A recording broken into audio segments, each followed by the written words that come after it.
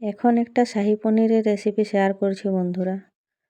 পেঁয়াজ রসুন ছাড়া শাহী পনির বা ঐশ্বর্যের দিনে পালন পেলে থাকলে এই ধরনের পনির রেসিপি ট্রাই করা যেতে পারে। এই পনিরের রেসিপিটি খুবই সহজ আর কিছু বাধ্যবাধকতা নিয়ে তৈরি করতে হবে বলেই অনেক ইনগ্রেডিয়েন্টসই বাদ। তবুও এই সামান্য কিছু উপকরণ দিয়ে যদি এই পনির রেসিপিটি বানানো যায়, রুটির সাথে ভালোই লাগবে খেতে। তো প্রথমেই নিয়ে নিয়েছি পনির, এখানে কয়েকটা কিশমিশ, কাজু, মগজ, দুটো বিলাতি, কাঁচা লঙ্কা,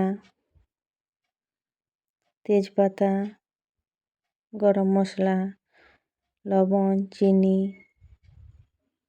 এখানে নিয়ে নিয়েছি কিছুটা পোস্ত, আর এক টুকরো আদাও ছিল, আর ছিল ঘি। প্রথমেই মিক্সির বোলের মধ্যে পোস্ত নিয়ে নিয়েছি, দিয়ে দিলাম কাজু আর মগজ। এর মধ্যে কিছুটা জল দিয়ে পেস্ট বানিয়ে নিয়েছি। এবার এই বোলটার মধ্যে বিলাতি, কাঁচা লঙ্কা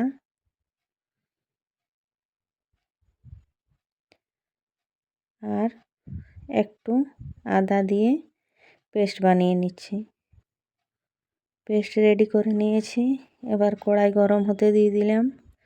কড়াই গরম হতে দিয়ে তেজপাতা দুটোকে দিয়ে দেব।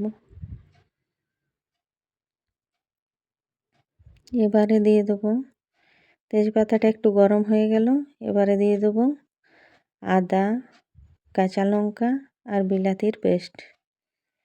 বেশ ভালো করে ফুটিয়ে নেব পেস্টটা। একটু জল দিয়ে মিক্সির বোলটা ধুয়ে ভালো করে ফুটিয়ে নেব, যাতে করে কাঁচা বিলাতির গন্ধটা চলে যায়। গন্ধটা চলে গেলে পরে কাজু, পোস্ত আর মগজের যে পেস্টটা বানিয়েছিলাম সেটাও দিয়ে দিলাম।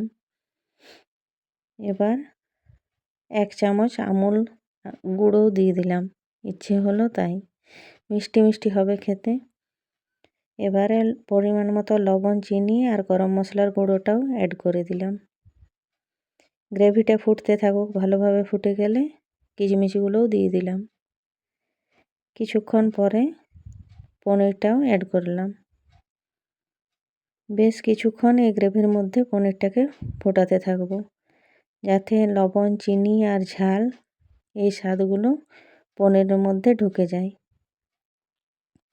বেশ কিছুক্ষণ ধরে ফোটাবো।